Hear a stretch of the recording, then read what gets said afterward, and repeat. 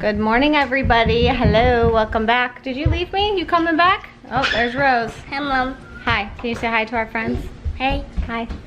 So it's kind of weird. We haven't really known what to vlog amid all of the coronavirus and COVID-19.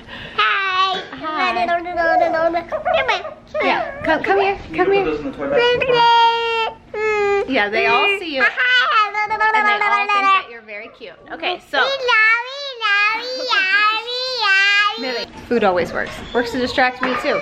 Anyways, I haven't really known exactly what to vlog because, I don't know, it's just kind of a weird time. I want to be really sensitive to what's going on in the world and what other people are going through, and you know, acknowledging that like everyone's kind of handling all of this differently. It's affecting people differently, their lives and things like that. You know, it's for us.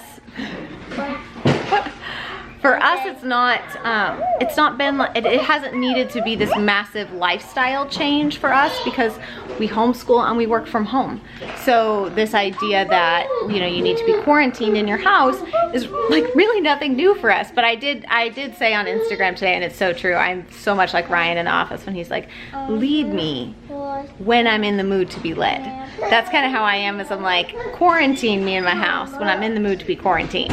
So I'm very much used to being home with kids all the time and, you know, working from home and all of that, but like being told that I have to be here and we can't go out and do things and we can't leave, it is, you know, it messes with your head a little bit. Yeah, Daddy gave you a Rice Krispie treat. Yeah, the wheels have come off around here. It's not morning, I should say. It's after lunchtime. Are you okay, buddy? It's after lunchtime. So anyways, just thought I'd throw that in there. But you know what? Under quarantine, Rice Krispie treats make perfectly reasonable breakfast food, and I'm okay with that. So anyway, so I just got done giving all three of the littles baths. I said that word weird. Baths. Millie Jo, Ivy Nicole, and Benjamin. Beshamon, our team. They all had baths. So yeah, so I think today we're just going to hang around and do some baking, and the girls really want to watch Little Women because it came out, you know, where you can, on Amazon or whatever, to buy. So we saw it in the theater and loved it.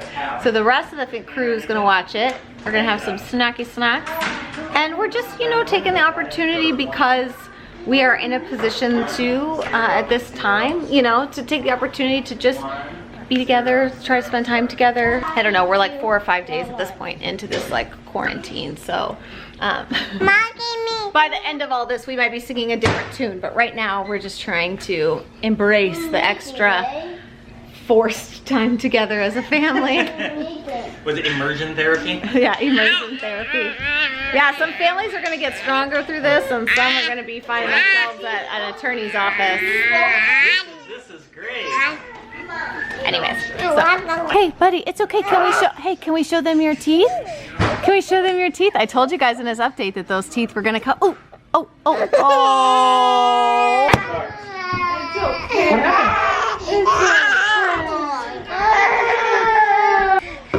Let's see, can we show them your teeth?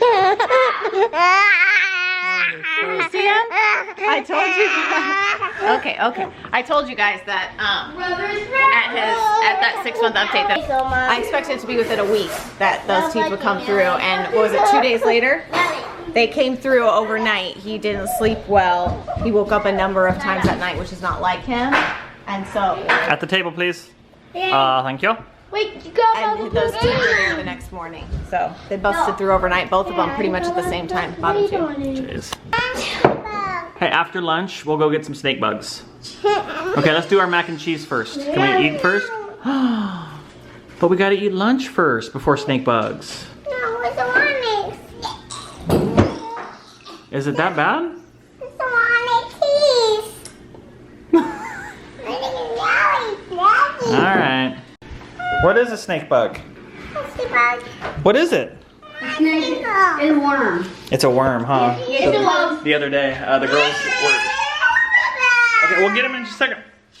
The big girls, little girls playing outside, they lifted up a brick and revealed some worms. This little one went bananas and has now referred to them as snake bugs. But she likes them now. So she'll put them in little bowls and kind of carry them around the backyard with some grass in there, and she just goes banana. She goes bananas over snake bugs. So it's kind of cute. We're going down memory lane right now, revisiting some of Angie's earlier career choices. And It's not good.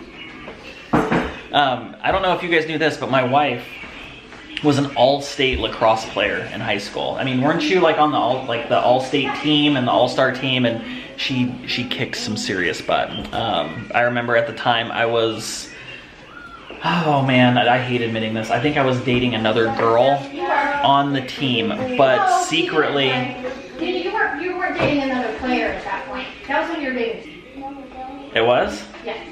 Okay, well, I did date another girl on the team, but had always been in love with this one over here. So needless to say, later on in my high school career, I used to steal away and go watch her play, and she kicked some serious butt.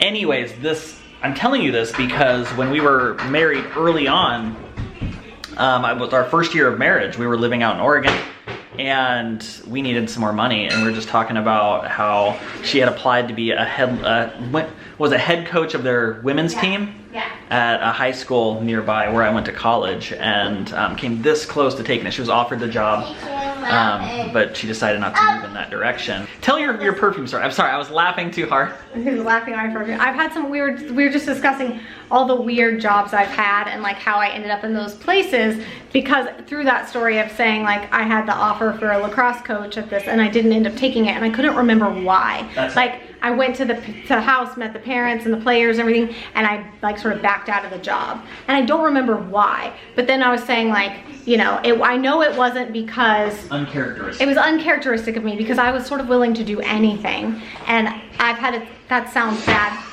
but I've had a lot of jobs. I've had like 20 some odd jobs by the time I was like 22 or something. It was ridiculous. I've had so many different jobs. I'm not the kind of person who ever thinks that like something is beneath me, you know, that like, oh, I'm too good for this job. And that led me to tell him, and you knew that, didn't you though? Did you not know that? About how at one point I sold perfume out of the back of my car. So you sold men's clothing. Well, that I worked at Macy's back when it was Hex. But no, I fell for one of those because this was back in the day, kids, when you would look for a job in the newspaper. When you would open the newspaper and go to the classifieds and circle jobs, that's spit up, by the way.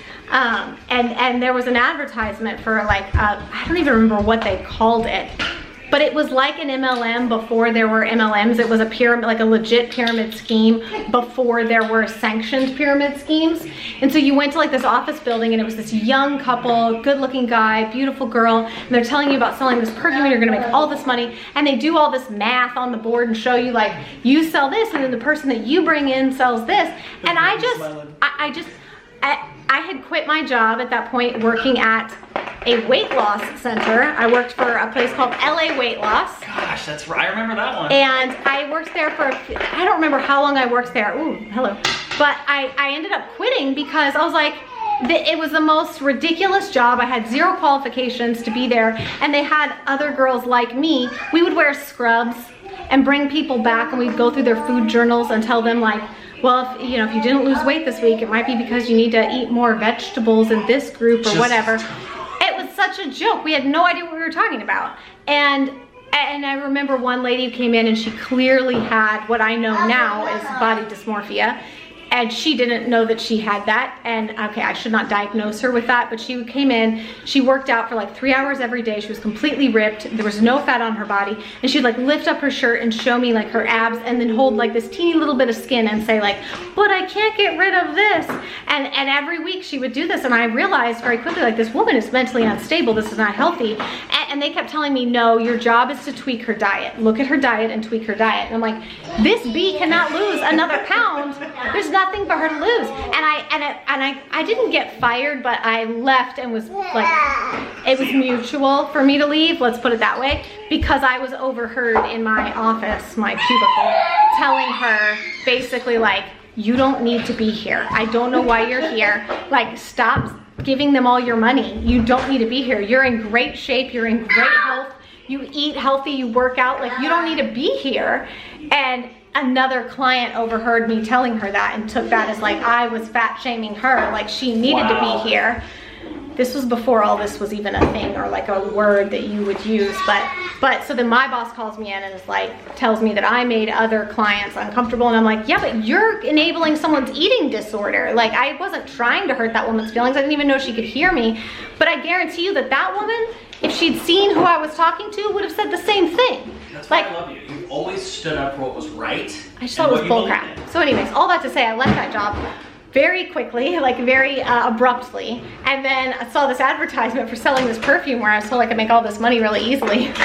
And so yeah, it was totally a pyramid scheme where we would get these boxes of cheap perfumes, knockoffs of like brand name perfumes, and then we would go to like Walmart parking lots and stuff and sell them. And I put myself in so many stupid situations.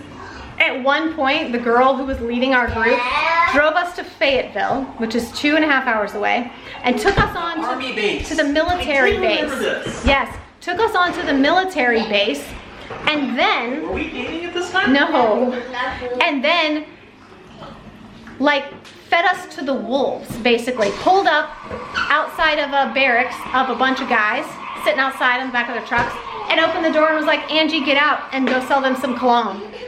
I mean, you want to talk like a piece of meat on a stick? Where this woman, this other woman, this is like how, you know, like they say like Jeffrey Epstein and stuff, like had a woman that worked with him that helped him bring in women, and like that actress on Smallville that helped traffic other women.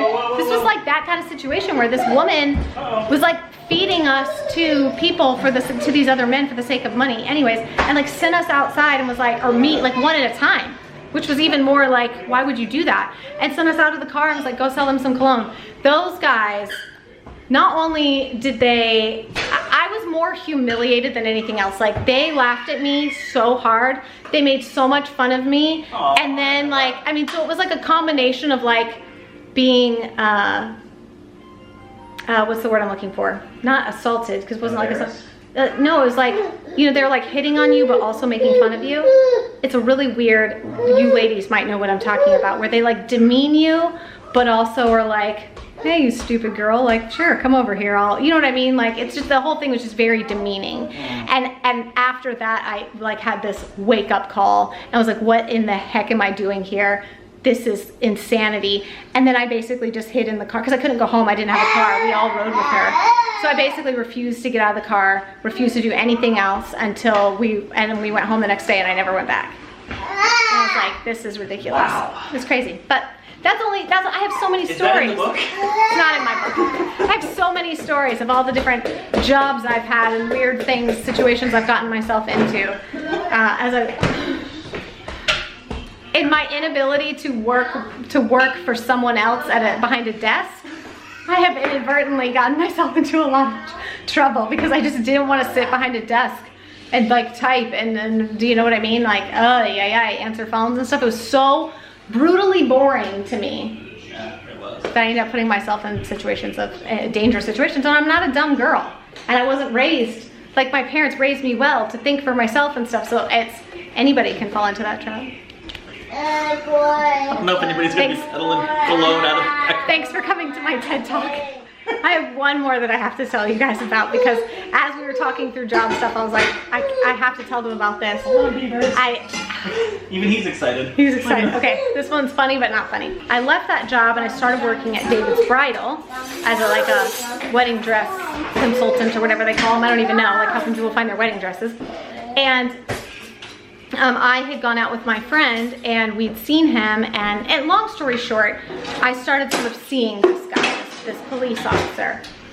And I was one day, had a client come in, she was a new client, so I bring her in, you take them into the dressing room, you help them pull all the dresses that they know they want to try on, and then you as the consultant go into the dressing room with them and help them like button up the back, because usually you wear like a corset, and these dresses are like a whole thing to put on. It's like a theatrical production to get in and out of a wedding dress.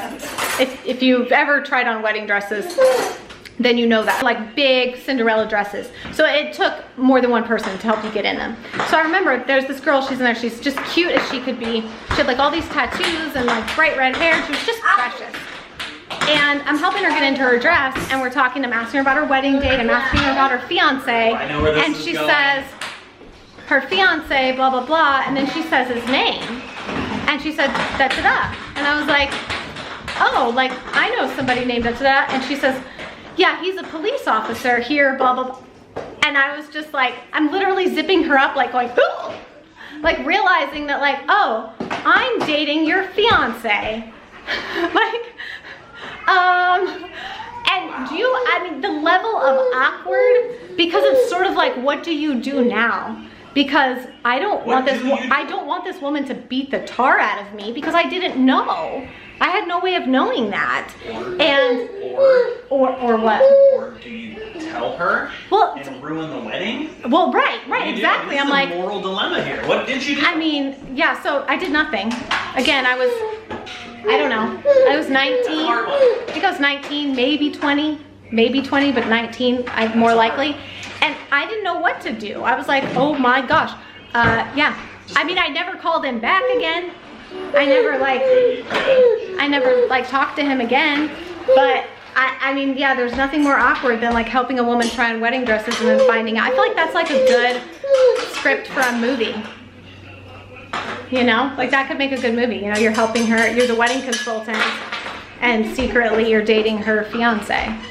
It was very, very strange. I have many stories like that. And what's funny is all these things happen in like such a short window of my life. Like, no, not 18 months, but like between high school and when we got married when I was 21. So in that time between being 18 and 21, I lived a lot of life and had a lot of weird things happen. Oh yeah, I guess it was longer than a year now. Your mama's a real weirdo, huh? Your mama's a real weirdo, huh? Yeah, she's a real weirdo. Look at those teethers. Look at those teethers. Oh, Cheech is in a diaper. We can't show her. Yeah. So Angie and I have this friend who started a movement, I don't know, a few years ago. To make a long story short, it's a nonprofit company that she started in actually my college town where she resides. The nonprofit is called Don't Give Up Signs. It was kicked off, I'm sure we'll just link stuff down in the description box below, but long story short, they create these signs, they put them up all over town. It kind of sparked out of a recognition for very high suicide rates in either a nearby town or our old college town. So as a way to kind of lift up that community, this friend of ours, Amy, just started hanging up signs that said like, don't give up, you're enough. And they started getting like random notes and letters from people saying thank you, you know, your sign meant a lot. I mean, just a lot of really powerful and moving stories and testimonies. So since then, her nonprofit has been on the news, it's been in magazines, been featured all over the place, so they're doing an awesome job. We wanted to support, and I thought today would be a perfect day to spread some encouragement in the community with coronavirus going around. I know that my stress level's a little high, and we got it pretty good. So there are people out there that are losing jobs, there's people out there that are really sick. So we want to push some love and push some encouragement in the community. So I'm gonna go throw some of those in our front yard and hopefully help out our neighborhood. Rosie, your faces, oh my gosh, girl. These are getting so much better. Yes. Like, dude. I saw you. That's me? Yeah. Well, you are, man, that's a, I mean, those are some big muscles. Sorry. And ring. And a ring, and my ring too? Mm-hmm. That's a wedding ring, yeah. These are really good, baby. Oh, he moved his hands. He moved his hands too. He was gone. Shh, don't. First he was doing push-ups, but then he started to go.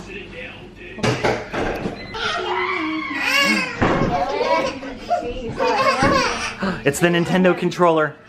That's what's doing it. The kid loves video games. Oh.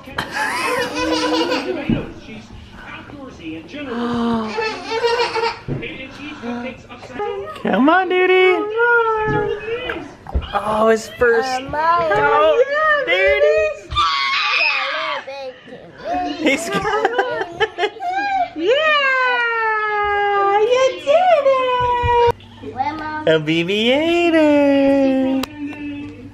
Hello.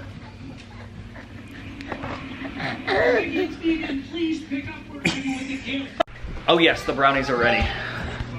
So we've got our signs teed up. We're gonna go put these two in the front yard before it starts raining. So we're gonna, I switched it up at the very last second here. I'm gonna go this one right here, which is one day at a time. And on the other side, it's don't give up. So don't give up is on it's on one side of every sign. Boys are getting some outside time. Get some exercise, fellas. Burn some calories. Anyways, here's our signs. Boom. Don't give up, one day at a time. So far, I'm loving it.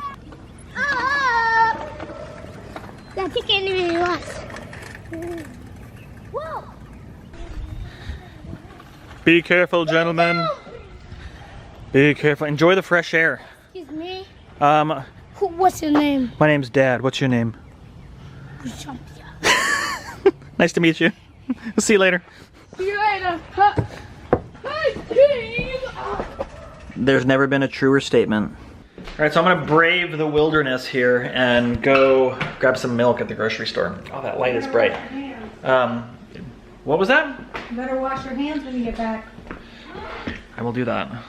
Millie, I can only go neck down for you, honey. Or neck up, sorry. You guys, we got Benji Man. He's just tired from doing all his crawling. Benji.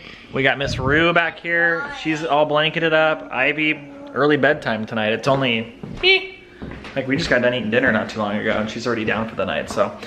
I'm gonna go grab some milk and I'm gonna leave you with my wife. I'm gonna let her wrap this up because it's been just a very pleasant day today. Not a lot going on. I am really enjoying quarantine. The quarantine life. Say, see you later, Benny. Come